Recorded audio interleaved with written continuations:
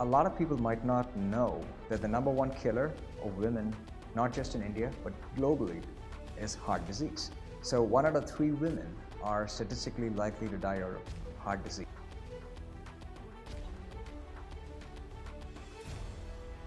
Sorry to be rude, but I'm going to say please take back that word activity. Because if you say 25 to 30 minutes of moderate activity to any woman, she's going to tell you, I'm active all the time. Doc, I have like 8 hours of non-stop, very, very vigorous activity. In the US, if you had a 20-odd-year-old having a heart attack, you'd think of all kinds of like crazy causes. Yeah. Here, run of the mill. I mean, you have people that present with heart attacks in their 20s, 30s, etc. So it's really a very scary.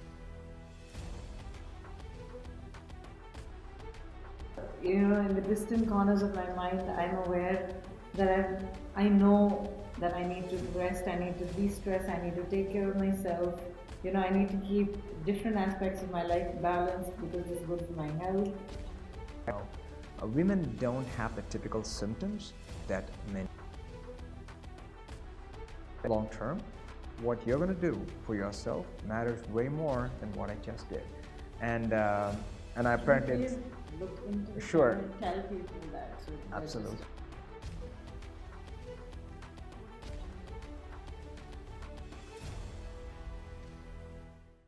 Hi, I'm Dr. Arun Kalyanasundaram. I'm an interventional cardiologist and I practice out of Promed Hospital in Chennai. I'm delighted to welcome you to the inaugural session of Promed's Health Wellness Series. And I have a very, very special guest today to launch this whole program. You are probably, I'm sure you're very familiar with her, I shouldn't say probably. You've seen her on screen. She's known as an activist and she really cares about health, wellness and preventative stuff. And she is also the founder of Life Again Foundation, where they do a lot of health awareness and preventative aspects in terms of health. And this is none other than Ms Gautami, who I guess they will just... Yes, okay. It's me. Thank you so much, ma'am. Thank you so much. I know you have had a really, really hectic schedule over the last several weeks, months, I would say. Years, it goes on and on. So thank you so much for having spared this time for a wonderful cause today. And I really appreciate you being here from the bottom of my heart.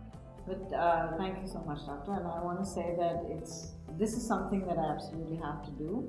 Precisely because of what you said. You know, my life has been hectic for as long as I can remember, and somewhere in the distant corners of my mind, I'm aware that I know that I need to rest, I need to de-stress, I need to take care of myself. You know, I need to keep different aspects of my life balanced because it's good for my health. These are all things we've grown up hearing from our elders and it's common sense, right? But then we all get caught up in life, and my life is far more full and, you know, exciting than a lot of others. So I want to first of all say thank you so much for doing this, to bring your expertise and your experience, and more than anything, I know how passionate you are about health. And it's really not about having a patient come to you, but I know that you'd rather not have a patient come to you. Absolutely, couldn't agree more. Yeah. So first of all, I want to say thank you so much for starting the session. I think there's a lot of information and, you know, so much of help that you're going to give to people who are going to be watching this. So thank you for doing this. And if I can take the liberty of introducing this Please go ahead. It's all yours. Yeah. So I'm really honored to be doing this because Dr. Arun is an interventional cardiologist and he is renowned throughout the world for taking on probably some of the most complicated cases there are. And this episode is going to be dealing with women's heart health. Very interesting actually. Why women's heart health? Why not just say heart health? Why not just say, you know, cardiac awareness or something? Why women's heart? No, I think that's a great question. First of all, I think overall, obviously, heart health matters. Why women in particular? I mean, forget the fact that this is International Women's Day, so but that's not the main reason. If you really think about this, let me actually throw the question back to you. You've been a champion of wellness. You've really spearheaded a lot of movements against, for health, etc. What would you like? Name some, and I know you've been very, very vocal and been a big supporter of cancer. So if you had to pick, or what would be your take on where heart disease is in terms of women, and what's the general take on it? And not necessarily you, but from your interactions with people, when you talk to them about health, what are they most concerned about? Where does heart health rank when it comes to women? Everyone talks first about being diabetic, about being hypertensive, about being overweight, about having joint pains and falling hair, and pretty much anything and everything else except their heart health. And how the common man, how all of us think about heart health is when we hear of someone known to us who's had a heart attack, or died of a heart attack, or narrowly escaped from a heart attack. So it's these kind of things that actually draw our attention to the heart. But you are absolutely right. Most of us are not even aware of the heart as an organ that needs a certain amount of care, and we have to put thought into that, we have to understand it, and we have to also understand what are our risks. So coming to that, so many of the incidents that I hear about heart attacks are to do with men having heart attacks. You heard about a male member of the family or somebody. But why the stress on women's heart health? Is there more than meets the eye? I mean, are more women having heart problems, or what is it? No, I think that's really a nice segue into this whole topic. If you look at it, generally the I would say conventional wisdom is that heart disease affects men. Cancer is an issue that affects women, and a lot of people are concerned about it, appropriately so.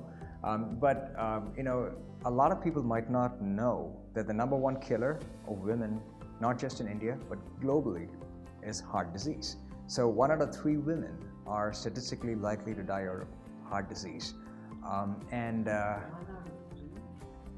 yeah, believe it or not, it's a indeed. And the other thing is that if you look at it, many times, and this is true across the globe, not just in India, women are underrepresented when it comes to clinical trials where you decide if drug A or drug B is better, if a particular intervention is better or not. Women are grossly underrepresented in most clinical trials. In a lot of the registries, they have worse outcomes after a heart attack when they are admitted to the hospital. They're often admitted later to a hospital, and there are a plethora of reasons, and we can kind of explore some of these. But this is really why women's heart health matters. And in fact, there's this whole campaign, Go Red for Women, and so that's been increasing awareness. I think AHA played a big role in kind of doing this. Exactly, bingo. And they've played a big role in trying to improve awareness. But this is true in America, and I would say in India, it is really, really important because overall, if you look at us genetically, Indians are very, very predisposed to heart disease. Unfortunate, we get it at a younger age, and disease is often we have 3-vessel disease.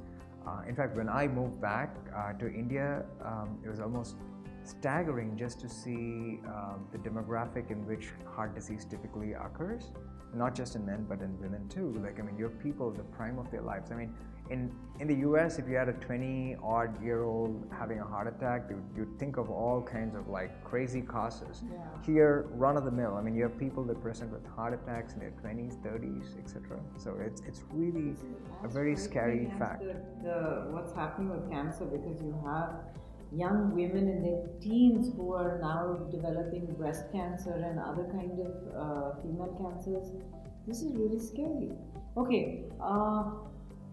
So women across the board, no matter what section of society they belong to, are falling prey to heart disease. Is this right? I would say absolutely yes. So it's no more question of rich man's disease or poor man's disease or rich man and Unfortunately, not true at all.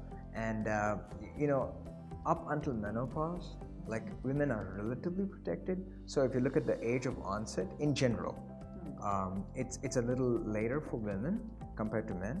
However, when it does occur, they catch up pretty fast, and that's kind of sad in a way. Like I said, all the other things, right? They often present in a much later. Partly it's because of the way our society is, but also because women tend to have, and this is really important for people to know, women don't have the typical symptoms that men do. In fact, and again, I'm going to kind of just touch upon this if that's all right. We all know the story of people being healthy, the crushing chest discomfort, they're having a heart attack, etc. The tightness in the jaw, the spreading pain down here, the sweating, and exactly. Yeah. That's the classic textbook description of a heart attack. Now, it is a very specific, if you look at symptom, it's a very specific symptom of heart disease or a heart attack, more to say. But if you do look at generally how people are diagnosed, right? Sometimes it's a sudden event, right? Like a heart attack. Absolutely, please. Yeah. You said you use two different terms right now, and I think that's very interesting. You said heart attack and you said heart disease. So, right. For the common man, it's just a heart attack. You get a heart attack and you survive or you don't. So, what is heart disease? So, heart disease really is a generic term, right? You're talking about a whole gamut of diseases that falls under this particular term, heart disease. Other than like a heart attack, what could happen? So heart attack is part of a whole family of, I would say it's a manifestation of what we call coronary artery disease. So if you look at the heart, again, let's just go back to the basics, right? Heart's a pump. It's in essence, it's all it is. It's an amazing pump. Yeah. It gets the blood from from the rest of the body, sends it to the lungs, gets it back, and then the lungs do the job of purification, and then the left side of the heart essentially pumps it to the rest of the body. And obviously I'm in love with the organ, otherwise I wouldn't be doing what I do. But that having been said, it is critically important to know that it's not just the pump itself has an electrical system. So heart disease could refer to things in the in the electrical aspect of the heart. There are valves within this pump, just like in an engine, so that blood flows one way and it's not back. Yeah, exactly.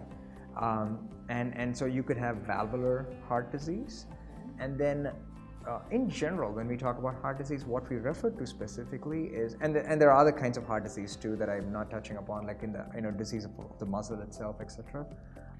But what in the common man's mind, when we talk about heart disease, what we really refer to is a problem in the plumbing supply of the heart. Just like every other organ, the heart needs oxygen, and the only way it gets oxygen is through blood.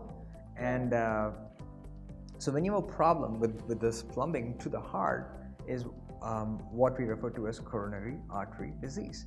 Okay. And a sudden blockage that develops in this plumbing supply is what manifests as a heart attack. So that's when it's like a part of the heart muscle is dying because it's screaming. It's like, I don't have blood, I'm not getting oxygen.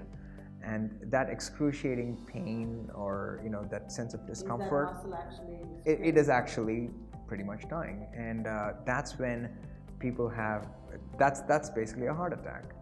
And a problem in the plumbing supply to the brain is a brain attack or a stroke, etc. So it can happen in several blood vessels, but when it affects the heart, that's a heart attack. So what about this plumbing blockage that happens? And does it have anything to do with the dreaded thing that we keep hearing about cholesterol? Okay, you've now touched upon a very, very important and a very sensitive area. Like cholesterol, does it matter? Does it not? And in fact, honestly, looking at the guidelines and going back, even if you look at the AHA-ACC guidelines in terms of does cholesterol matter? Do you need to worry about it? I would say, looking at the bulk of evidence, today I would still say, yes, your cholesterol matters. The lower your cholesterol, the better it is. And again, this is an entire topic by itself. You have good cholesterol, bad cholesterol. Is that what you're going to ask? Lower cholesterol, and then I also know there's one HDL and LDL. I always get confused which is which. So and I know one has to be lower and one has to be higher. Exactly. HDL is high density lipoprotein. That needs to be, the higher it is, the better. LDL needs to be low. In fact, to keep it very simple, one way to think about it is non-HDL cholesterol, because there are other components of cholesterol. So anything other than the good cholesterol has to be as low as possible. LDL is often a surrogate and is a very good, reliable target, but lower is better.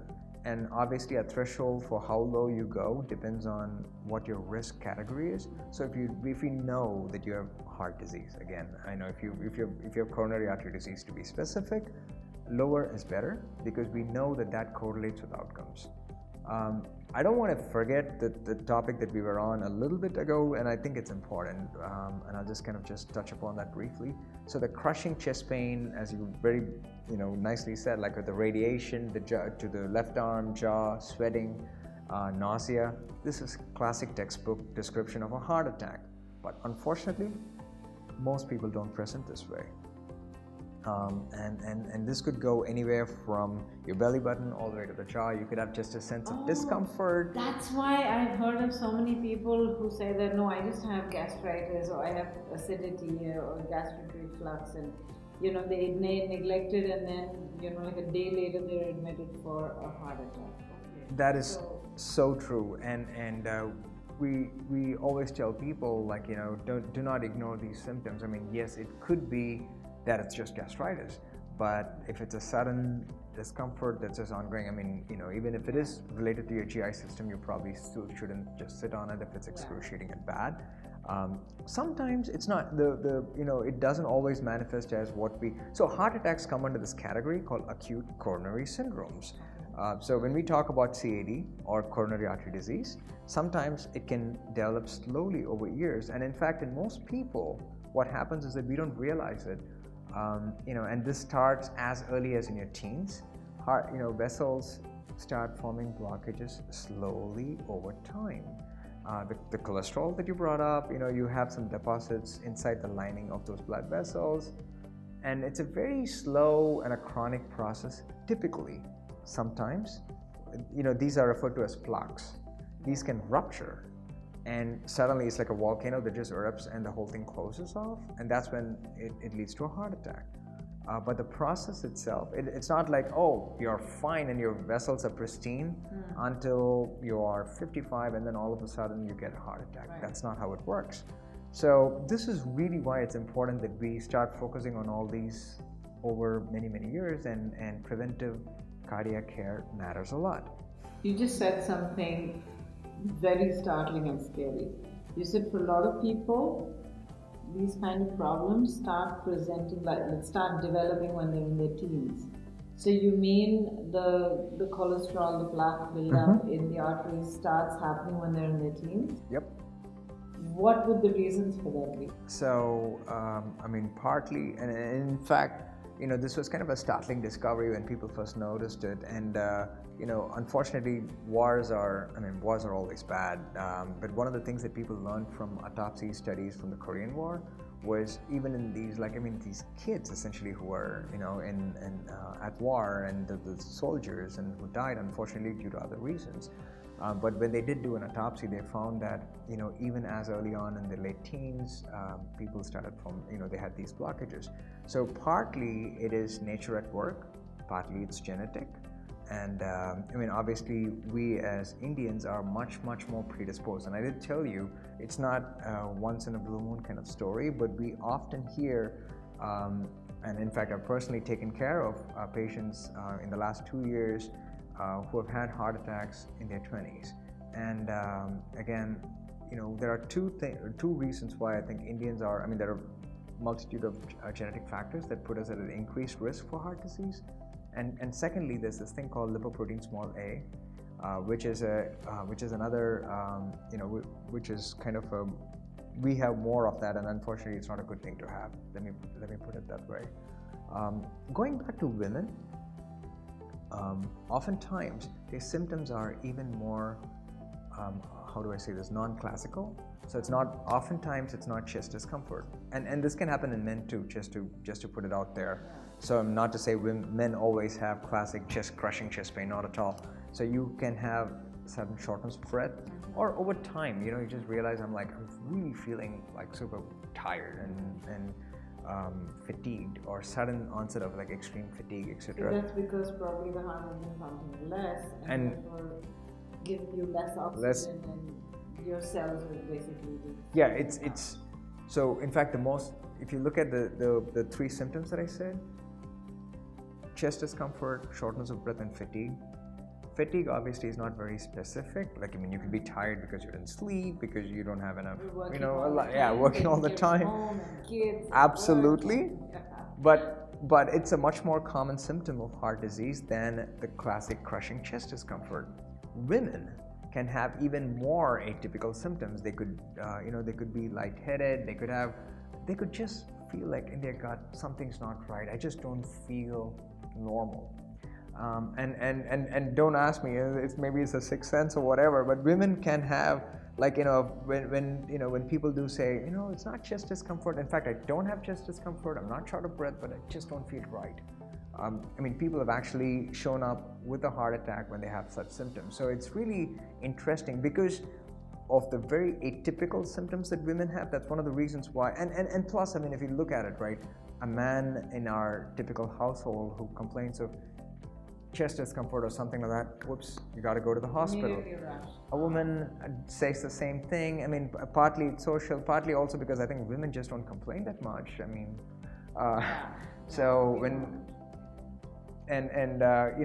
But unfortunately it does mean a more delayed presentation when they do have an acute event. No, I'm really glad you said this, doctor, because all jokes aside, it is a fact that I'm sure across cultures, but definitely in India, and I can say this with complete conviction, women simply do not pay enough attention to themselves.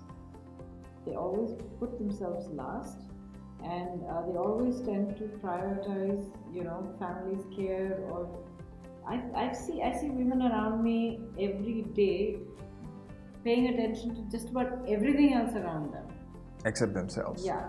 Right from, has the plant been watered to, has my child's homework been done, or, has the food been cooked, or everything seems to be more important than taking care of themselves.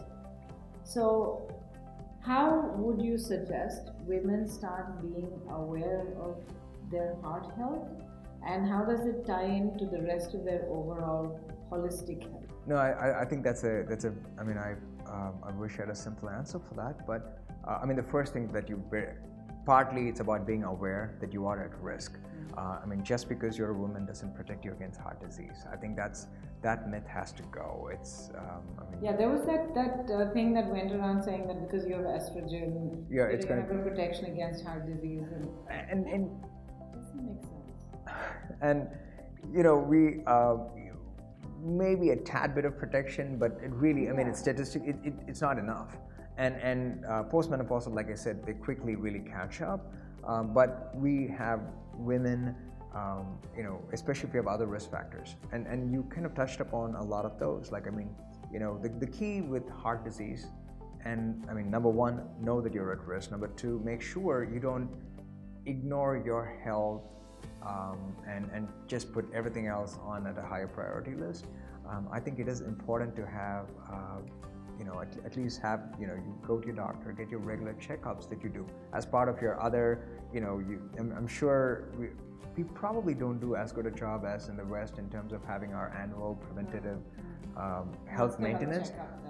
Well, I don't necessarily say you need to do a laundry list of all blood work and do it every 3 months, and not at all. There are clear guidelines where we do say that, for example, you probably wouldn't know, and a lot of people, in fact, a lot of doctors probably wouldn't know that it's highly recommended that across the board at the age of 20 you get your cholesterol checked.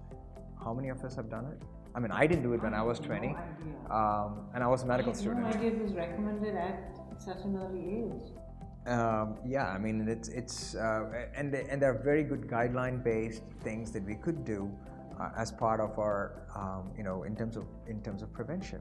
So while talking about heart disease, I think if I forget to mention the other three things that really contribute to it, and I'm talking in terms of diseases, and we'll touch on lifestyle briefly after this. But hypertension is a big risk factor. Cholesterol that we talked about, having high cholesterol is a big risk factor, and diabetes. So having hypertension, that's high blood pressure, diabetes, and high cholesterol.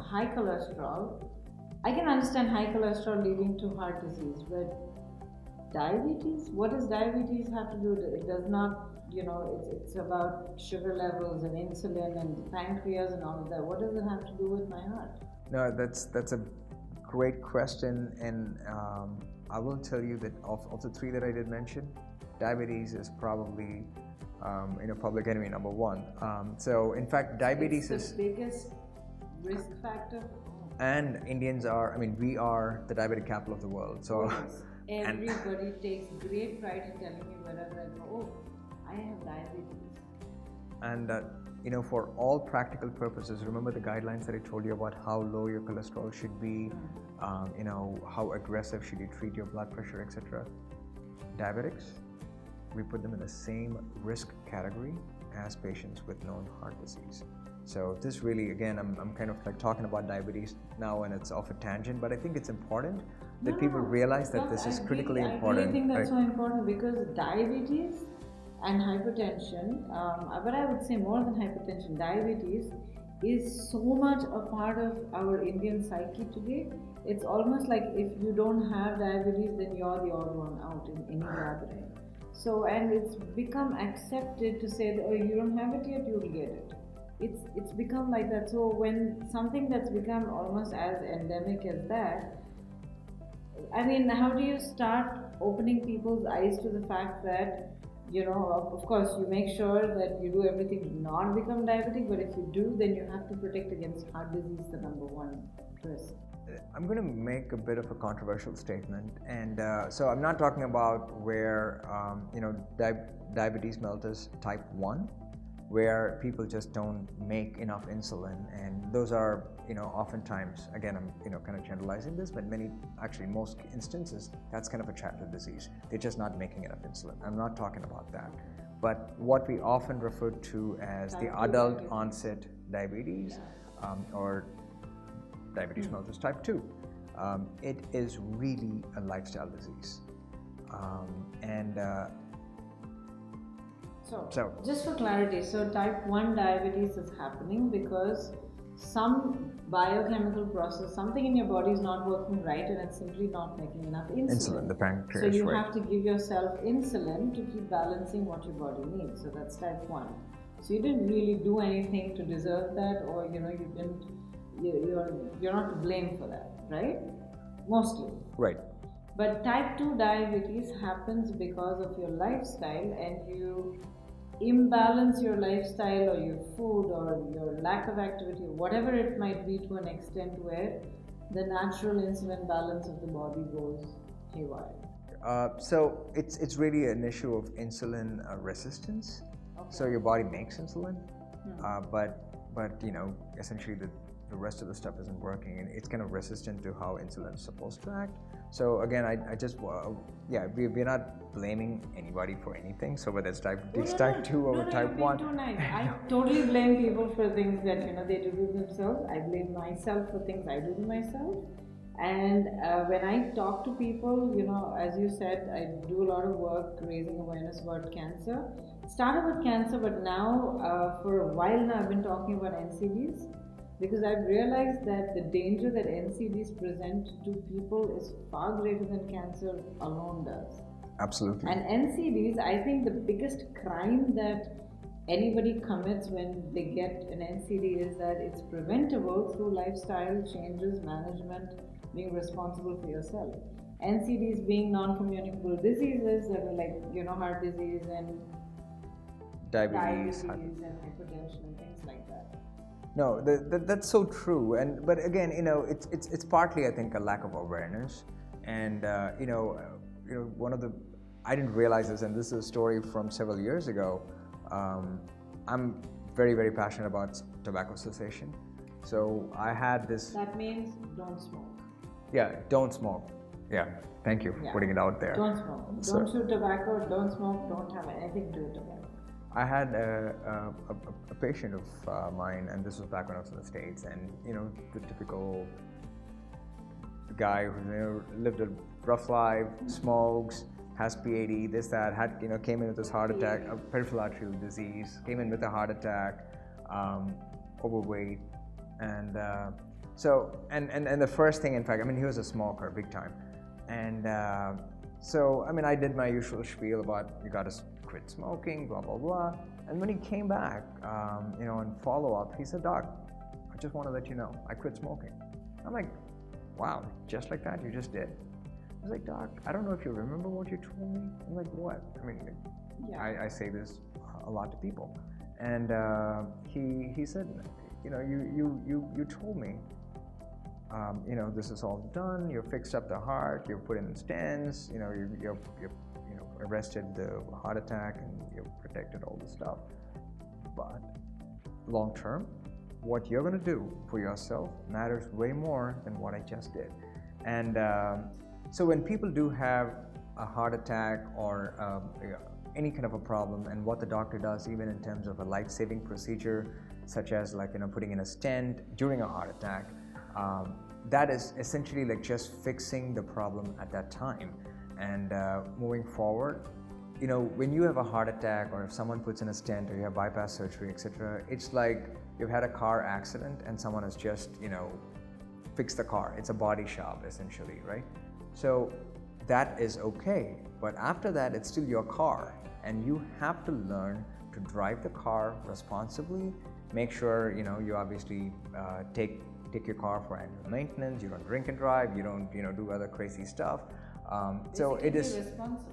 It is critically important, because the lifestyle choices that patients make really influences outcomes. And honestly, I think we as healthcare providers should also tell people, sometimes we use the word, "Oh, you're all fixed up, you're cured, you're good, you're good for the next 10 years.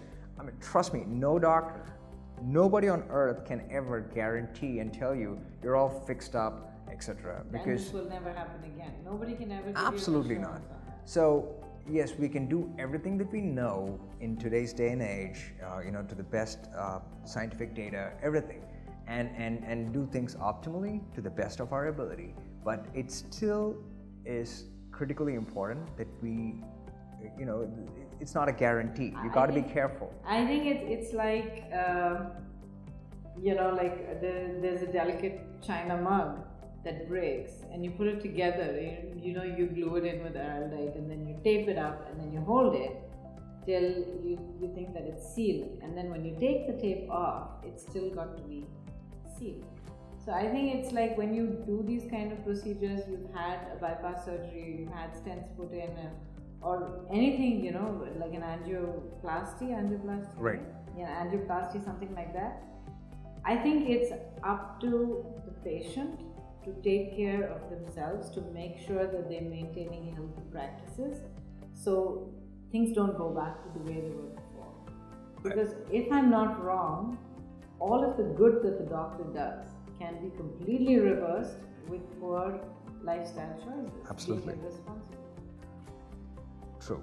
And I'm just going to tell you this too. I love the China vase example. So I steal ideas from people. So I'm going to use that. Thank you. So usually I just my favorite analogy is the car analogy. And yeah, and I think that was very, very good. Talking to women now. No, I love the health. We're always this beautiful porcelain thing, right? Yeah. And you are so right, because it's an even better example. At least the car outwardly, you can't tell that it's been fixed. The vase, never, the heart, despite whatever we do, never goes back to like when you were 15 or 10 or whatever. So we're not reversing the clock. We're not taking it back to its pristine state. It is still a fixed up vase. Yeah. Exactly. So no, thank you. That was a great example. Okay, so we're talking about women's heart health. Right. Okay, so as a woman, just a normal woman, who I know, whatever I've studied in school, in college, I know how to take care of my family, I know how to cook, I know I go to work, I have a good job, I do well at my job, so all of that. But beyond that, what should I know about my heart health? So, okay, we were kind of dancing around this topic, so you kind of just came straight to that. So, first thing, I think we have said be aware. Like, definitely be aware that every woman is at risk, especially as you start hitting the perimenopausal and the postmenopausal Like 40s, age 50s. frame. Yeah, around that time. We unfortunately see that even younger women with coronary artery disease. That's number one. Number two, absolutely make sure you know your what your risk factor profile is, and by that I mean, do you have diabetes? Do you have hypertension? If you do have them, manage them. Your cholesterol levels. I think every person ought to know that. Them, don't ignore them. Do not ignore them. See your doctor. Take the medicines in case it does come down to medicines. But we will now touch upon a few other things that we can do even before, as when you're in the pre-hypertensive stage or your cholesterol is a little bit, but yeah, you don't need medicines for that. Just eat healthy, because that's all most of us tell people when they go home, right? So diet matters a lot. I think it is extremely important, because what we put in essentially does manifest in a lot of different ways. So I think it's critically important that you eat super healthy. Number two is make sure you at least get 20 to 30 minutes of moderate activity on, like, I would say 5 days in a week. No, doctor, no. I take, I'm going to, sorry to be rude, but I'm going to say please take back that word activity. Because if you say 25 to 30 minutes of moderate activity to any woman, she's going to tell you, I'm active all the time. Doc, I have like 8 hours of non-stop, very, very vigorous activity, because I cook, I clean, I run, I drive, I work, I do this, I pick up, I'm always doing something, right? So I think if you say, get out there and make sure you get half an hour of exercise. I was actually going to finish that thing by saying, very because nice. You're too nice and you're too soft. With most people, when you do tell them, hey, are you pretty active, and they would be like, yeah, I'm and this is true with men too, not just women, right? I'm like, yeah, I do this, I'm doing that. So when we talk about activity, it's not like in the traditional sense of the term. To be very specific, we're talking about moderate intensity exercise.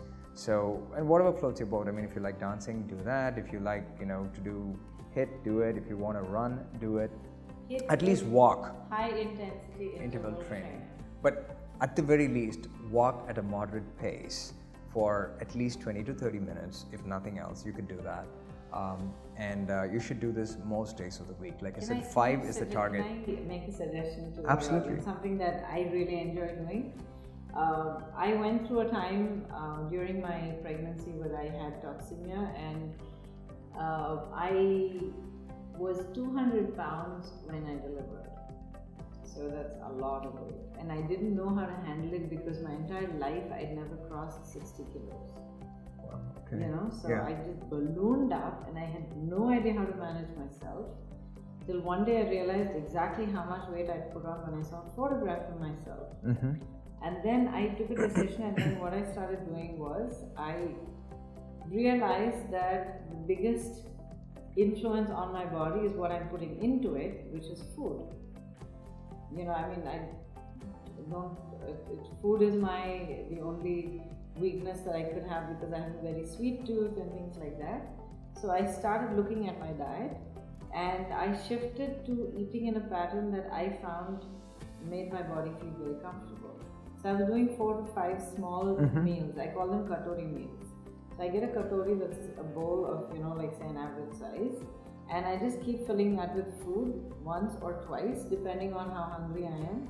Make sure I chew the food a lot, and I drink, sips of water along with that.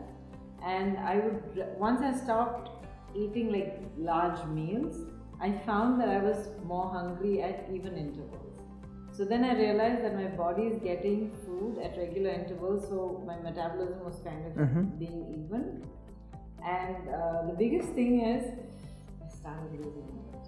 And I had this amazing doctor who looked at me and said, are you exercising? I said, yeah, I get up and I do, like half an hour on the treadmill. She said, what are you talking about? Twice a day. I can work out twice a day. Of course you can work out twice a day. You do everything else in your life as many times a day as you want. Right. Why would you, hesitate about working out twice a day?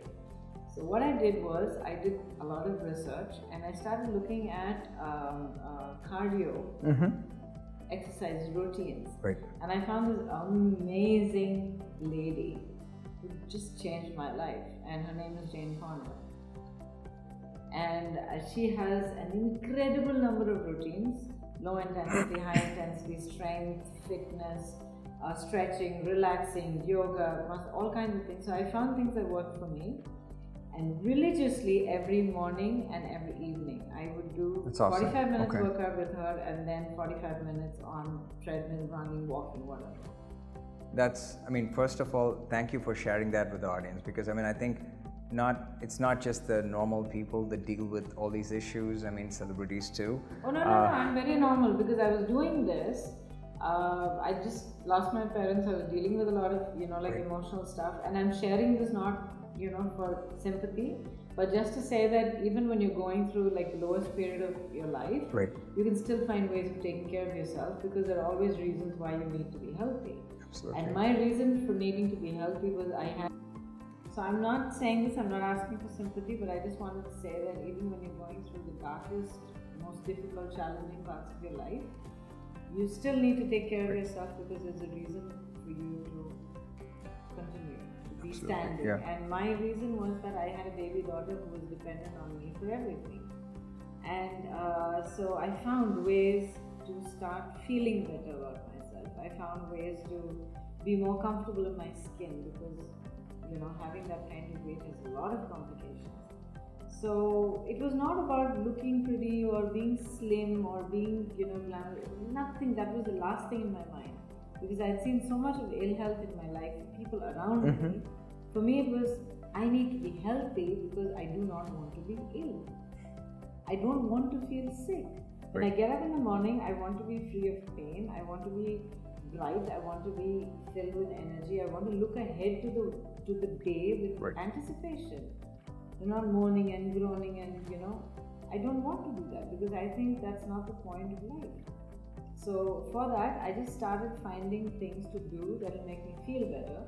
Other words, I guess, taking care of myself.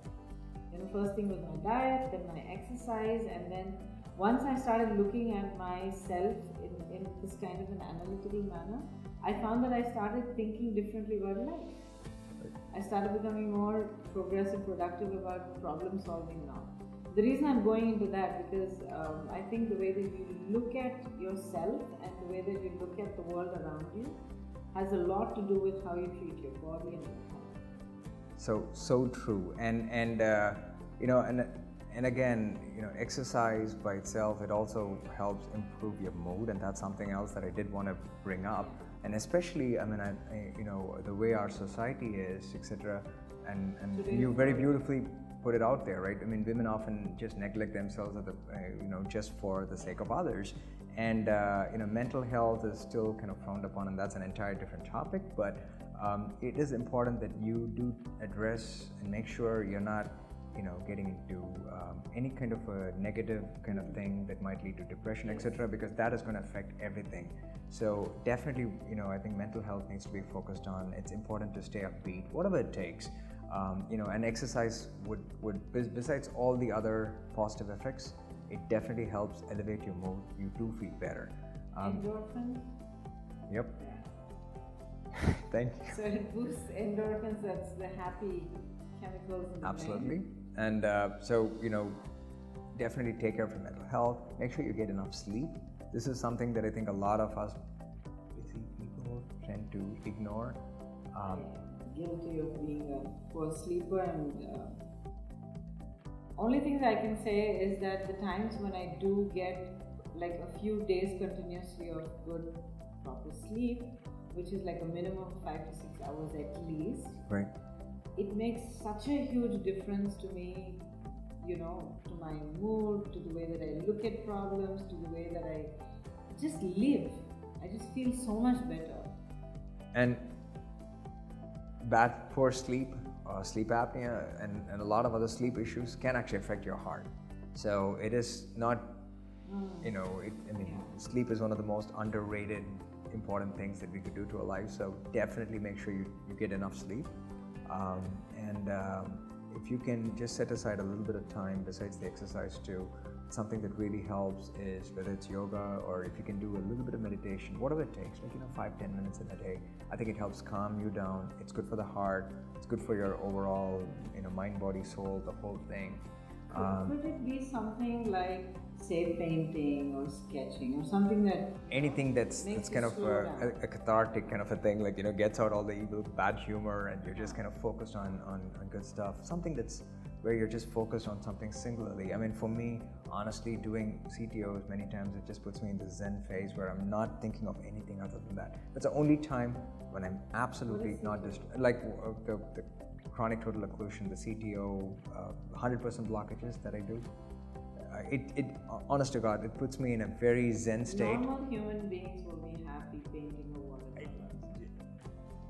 whatever floats your boat. Like something that really puts you in a very. All jokes aside, do something that gives you that sense. That's fun. Like peace, and I think puts you in a place where you're happy doing what you're doing. Absolutely. That's very important. So true. And I probably shouldn't say this to Indian women, but in case you have a few people that do smoke, please don't smoke. I think we've said it once before, because tobacco offsets all the good stuff of estrogen, etc. It just puts you on a very high risk trajectory. So definitely just men, women. All the good that you're doing with taking your vitamins and exercising and being good to yourself and responsible. You light up a cigarette and it's gone. It's a very, very bad actor. So definitely no tobacco. I mean, frankly, if I had enough power, I would just outlaw the whole thing, but I don't. So just make responsible choices. Don't do it to yourself. What else? I mean, we've talked about risk factors: sleep, exercise, mental health. Definitely no tobacco. And I think, overall, make sure you do get checkups periodically so that you know where your numbers are, etc. Be aware that you could be at risk. So these are all things that I think overall we could do in terms of preventative stuff. Go ahead. I'm sorry. Yeah. But my mind is now jumping to the next thing. So, as a woman, how do I recognize that I might have symptoms of heart disease, and how do I become aware of that? So two aspects, right? I mean, one, let's just look at two scenarios here. Sometimes it can be a very gradual kind of thing, and we talked about over several months or in the last couple of years, I'm just not able to walk as fast as I could. I get way more pooped out, and there is no. Flight of stairs without getting you get really winded, Yeah. Short of breath when you climb upstairs. Of course, a minority of them are going to say I get crushing chest discomfort when I do climb up 2 flights of stairs. It goes away when I stop. In fact, that is technically what is referred to as classic. The exertional angina is. I exert, I get this crushing chest discomfort, goes away when I stop. So that's when women would say, I stopped doing this and it's gone, so therefore it's just a catch or something like that.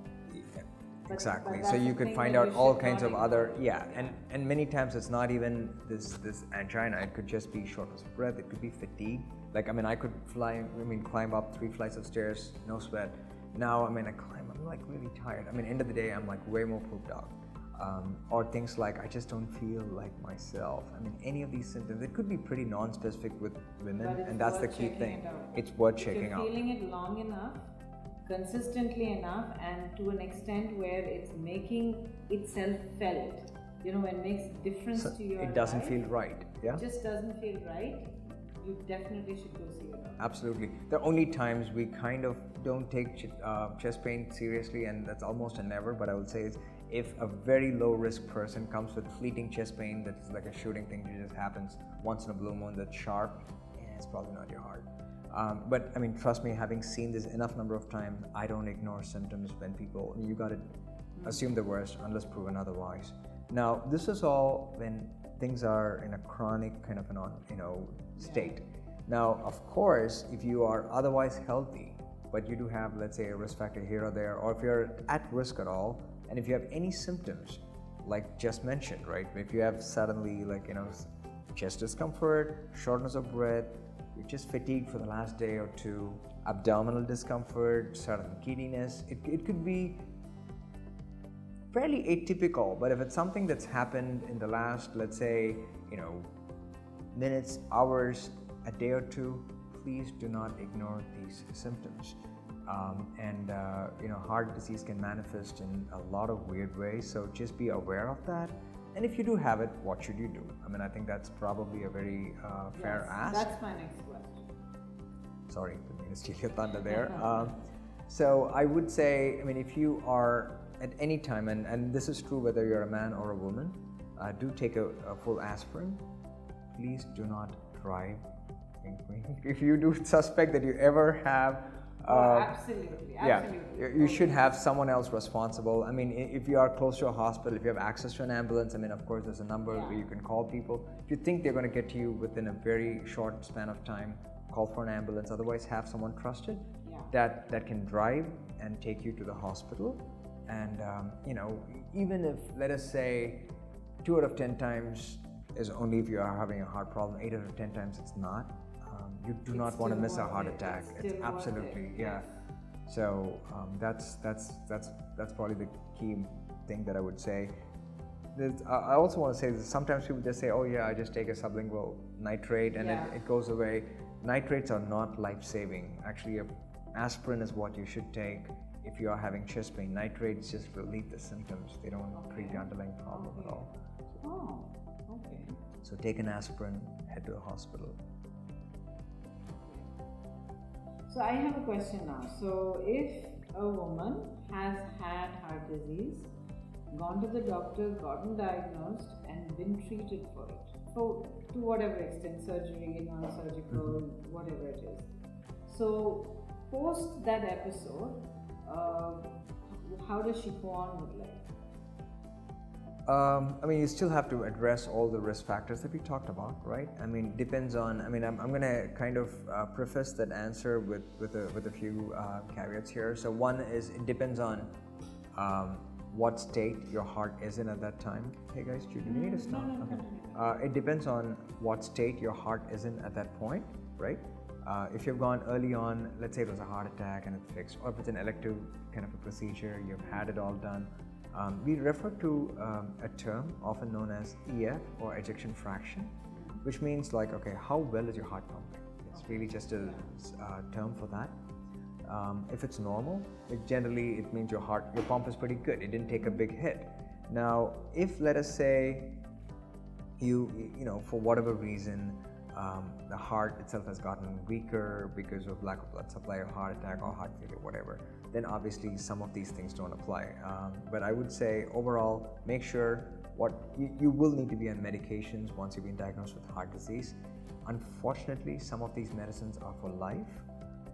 It's not one of those things that you just feel like, all right, now I've been cured and I can forget it. About it because it means if I have had my treatment and I take my medicines as prescribed by my doctor, then I have the rest of a very long and then relatively healthy life to look forward to, and I think that's the most important. No, that's really important because there are lots of, sometimes people, you wish and hope, right? I mean, you're like, okay, now I'm gonna lead a healthy life, and I'm gonna just not take these pills. Don't do that.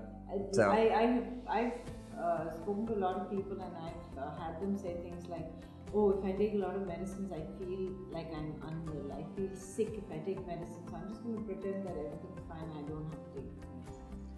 Isn't that really silly? I would have to agree there. It really depends on what the medicines are for, and this is where it really comes to being an informed consumer or a patient. you need to understand what is the role of every medicine that you're taking, why you're taking it, etc. Because then I think we do make more responsible decisions, because most people are pretty smart and most people want to make decisions that are good for themselves and for the family, right? I think it's important they understand what we do. This pill is going to keep my cholesterol down, or this pill is going to make sure that my arteries are clear, that the stent stays open, and because you are putting in a foreign body, and for at least a year you need to be on 2 kinds of one aspirin and something like a super aspirin, and you really need it for every medicine has a purpose at that point. I'm not for people just, trust me, I mean, if there's a way people can avoid taking medicines or avoid a procedure, I'd be the first person to say, hey, no, you can do this without it. But there are times when, you can't be dogmatic, and you have to do what is right.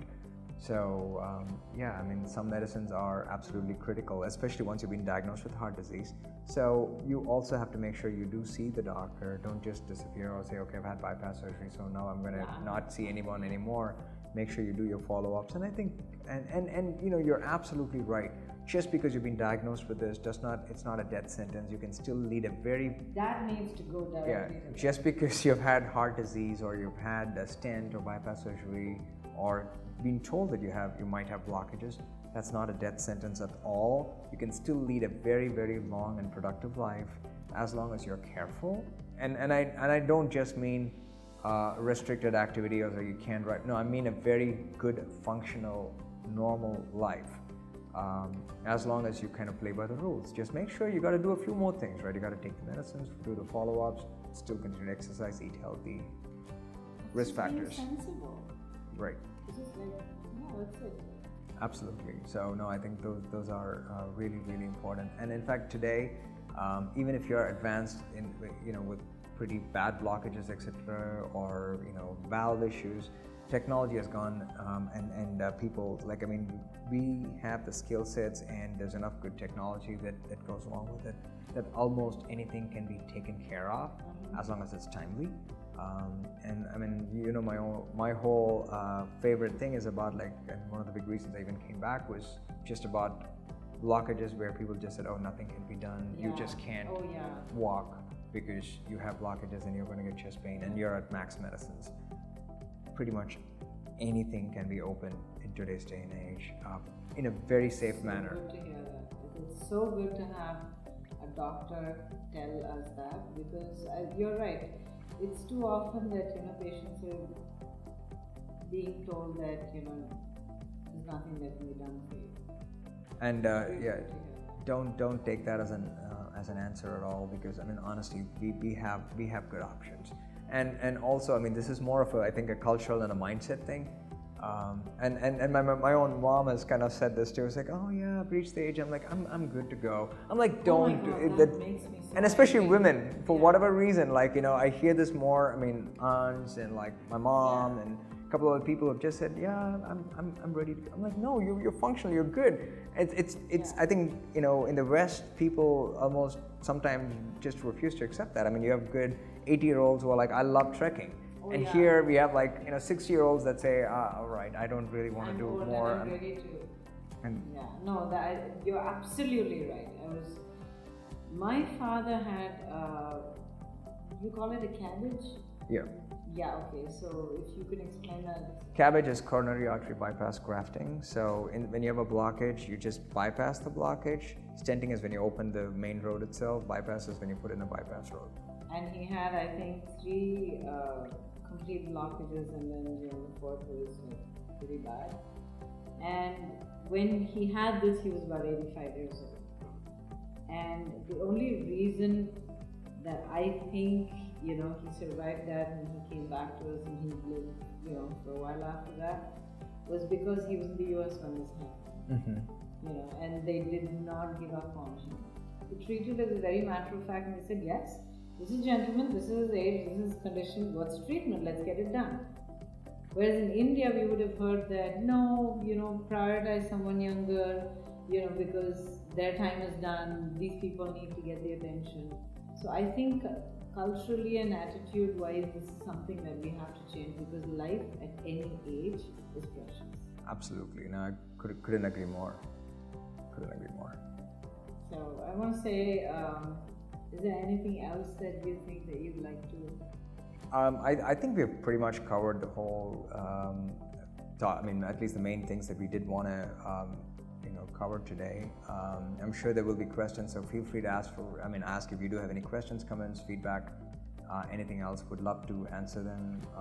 Either in person or whatever. Do you have anything to say to the audience? Yes, just one thing that I want to say.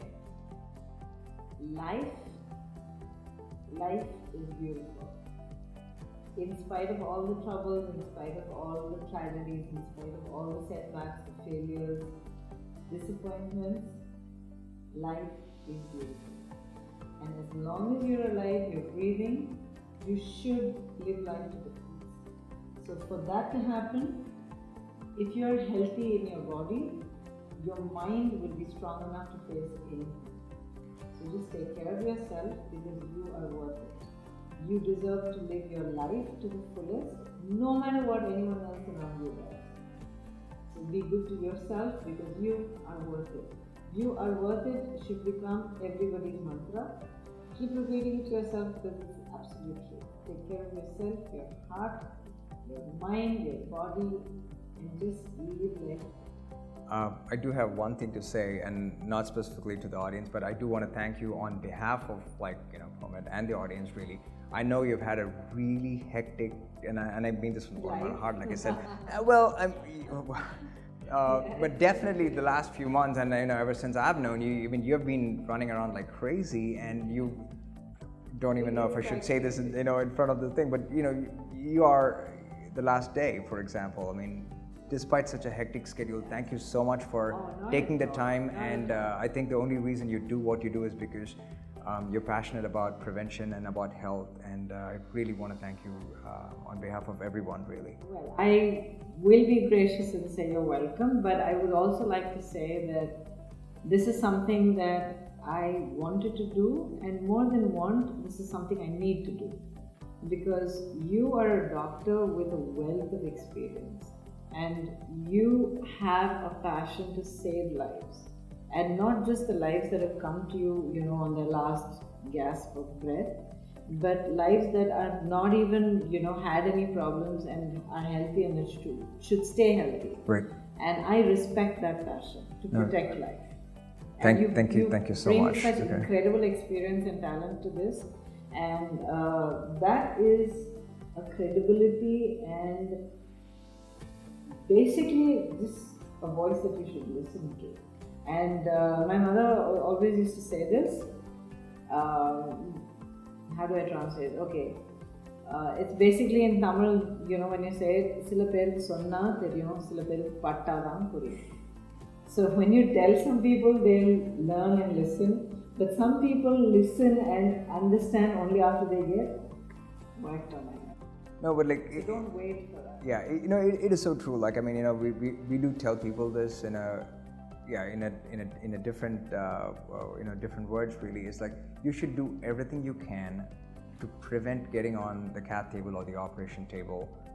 If push comes to shove and you do have to, and you end up there, so be it, and we will do what needs to be done. But from your standpoint, right? As a woman or you should try and do everything in your capacity to avoid becoming a patient in the first place. Yeah. So anyways, hey, thank you again. Really, thanks a lot, guys.